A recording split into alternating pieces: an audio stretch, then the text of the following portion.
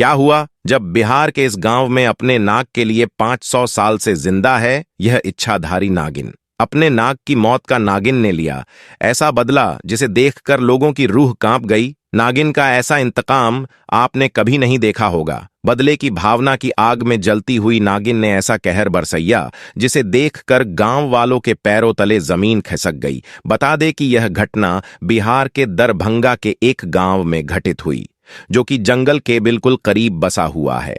इसी गांव में अधर्व और भाविक नाम के दो व्यक्ति रहते थे। दोनों के बीच काफी अच्छी दोस्ती थी और दिन के समय दोनों ही बकरियों को चराने के लिए जंगल में जाया करते थे। इस जंगल में एक इच्छाधारी नागिन अपने नाग के साथ रहा करती थी और अपनी नागमणि की रखवाली किया करती थी। एक बार भाविक की एक बकरी घने जंगल में चली गई तो भाविक ने अधर्व से कहा कि तुम आज मेरी बाकी बकरियों को लेकर घर वापस चले जाओ और मैं अपनी इस बकरी को जंगल के अंदर से ढूंढकर वापस आता हूं।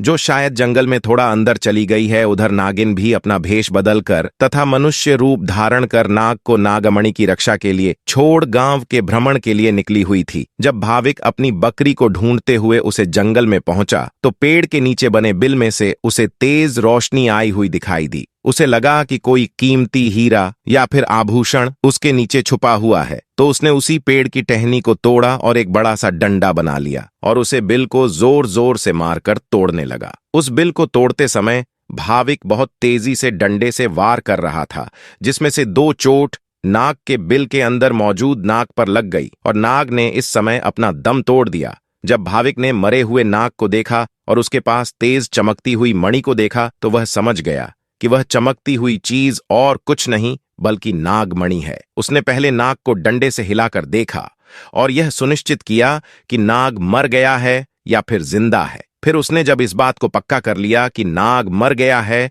तो उसने अपनी जेब से रुमाल निकालकर उसके अंदर उसे नागमणि को रख लिया और भागता हुआ तेजी से घर को निकल गया। और यह भी भूल गया कि वह जंगल में अपनी बकरी को ढूंढने आया था और वह बकरी अभी भी जंगल में ही रह गई है। इधर जब नागिन वापस अपने बिल की तरफ लौटी तो जैसे ही उसने नागमणि गायब पाई और अपने नाग को मरा हुआ देखा तो वह गुस्से से आग बबूला हो गई। उसने अपनी शक्ति से नाग की आंखों में देख लिया कि उसके नाग का कातिल कौन है। भाविक ने अब एक बहुत बड़ी गलती कर दी थी।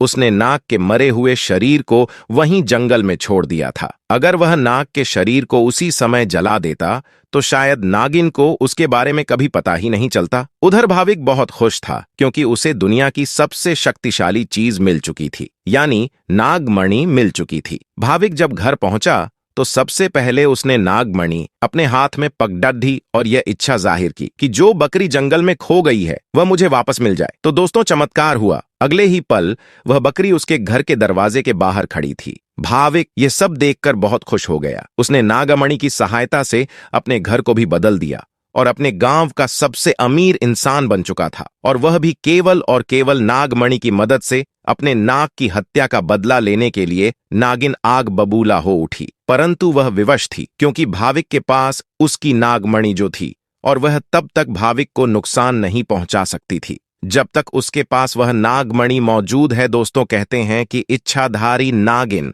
बगैर नागमणि के भी कोई भी रूप धारण कर सकती है। अपनी शक्ति का फायदा उठाकर नागिन ने एक सुंदर कन्या का रूप धारण किया और भाविक किसी काम से दूसरे गांव जा रहा था तो उसके बीच रास्ते में बैठ गई और रोने लगी। जब भाविक ने देखा कि एक बहुत ही सुंदर स्त्री रो रही है तो वह तुरंत बैलगाड़ी से नीचे उतरा और उस कन्या से पूछने लगा कि आप रो क्यों रही हो।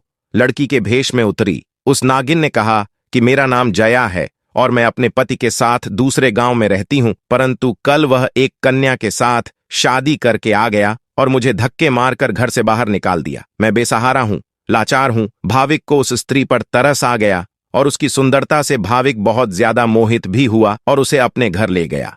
धीरे धीरे नागिन और भाविक के बीच में दोस्ती शुरू हो गई और यह दोस्ती इतनी गहरी होती चली गई कि भाविक को पता ही नहीं चला कि कब वह उस स्त्री के प्यार में फंस चुका था। एक दिन भाविक और जया यानी वह नागिन दोनों घूमने के लिए गए और एक जगह एकांत पाकर जया ने भाविक से पूछा, तुम्हारे गले में यह चमकती हुई चीज क्या है? तो भाविक ने बोला, अरे कुछ नहीं, एक साधारण सा आभूषण है, मुझे बहुत अच्छा लगता है, इसलिए मैं इसे गले में पहना हूँ। दोस्तों, ये वही आभूषण था जिसे आप नागमणि के नाम से जानते हैं। जब जया बोले कि क्या तुम मुझे यह आभूषण कुछ समय के लिए दे सकते हो, क्योंकि मुझे इसकी चमक बहुत भांति है, मैं इसे पहनकर देखना चाहती हूँ कि आखिर यह मेरे गले में कैसा लगता है। इस पर भाविक चिल्लाते हुए बोला, नहीं, मैं तुम्हें यह नहीं दे सकता हूँ, इसके बदले तुम कुछ भी मांग लो, मैं तुम्हें दे दूंगा। इस पर जया एकदम से गुस्सा होकर बोली, भाविक, तुम तो कहते थे कि तुम मुझे बहुत प्यार करते हो, अपनी जान से भी ज्यादा प्यार करते हो, परंतु मैंने तुम्हारे गले का यह छोटा सा आभूषण क्या मांग लिया? तुम इस चीज के लिए मुझे मना कर रहे हो, मुझ पर गुस्सा कर रहे हो। रहने दो, मैं जानती हूं तुम्हारे लिए क्या ज्यादा मायने रखता है। दोस्तों, फिर भाविक ने न चाहते हुए भी वह आभूषण जया को दे दिया और जया को देते हुए यह बोला कि ठीक है, कुछ समय के लिए तुम इसे पहन सकती हो, परंतु ध्यान से जया इसे घुमा मत देना। जया के हाथ में जैसे ही वह नागमणि आई, जया का रूप एकदम बदलने लगा। केवल एक पल में ही वह एक सुंदर स्त्री से एक भयानक नागिन के रूप में परिवर्तित हो गई। उसका चेहरा बिल्कुल नाग सा हो गया। उसने कई बार भाविक को डसा और डस कर उसे मार दिया। नागिन का बदला पूरा हो चुका था दोस्तों, उसने अपने नाग का बदला ले लिया था दोस्तों। तब से यह नागिन इसी गांव में अपने नाग के लिए 500 सालों से आज भी जिंदा है। इसके बाद से वहां कुछ ऐसी घटनाएं सुनने में आई हैं जिसे सुनकर हर कोई हैरान है। वहां के स्थानीय लोगों का कहना है कि उन्होंने एक नागिन को महादेव की पूजा करते देखा है और इसके बाद अचानक वो नागिन कहां गायब हो जाती है, किसी को नहीं मालूम। जब इस बारे में गांव के मंदिर के पुजारी जी से बात की गई तो मंदिर के पुजारी का कहना है कि अपने नाग की मौत के बाद से ही नागिन भयंकर रूप धारण करके अपने नाग को ढूंढ रही है और जिस तरह से पिछले 500 सालों से महादेव की पूजा करती थी, आज भी वही करती आ रही है। नागिन इस मंदिर में आती है और भगवान शिव से अपनी प्रार्थना कर बिना किसी को नुकसान पहुंच जाए चली जाती है। आज भी लोग कहते हैं कि तकरीबन 500 साल से नागिन इस मंदिर में रह रही है। तो दोस्तों, कभी भी एक नागिन के नाग को मारना नहीं चाहिए।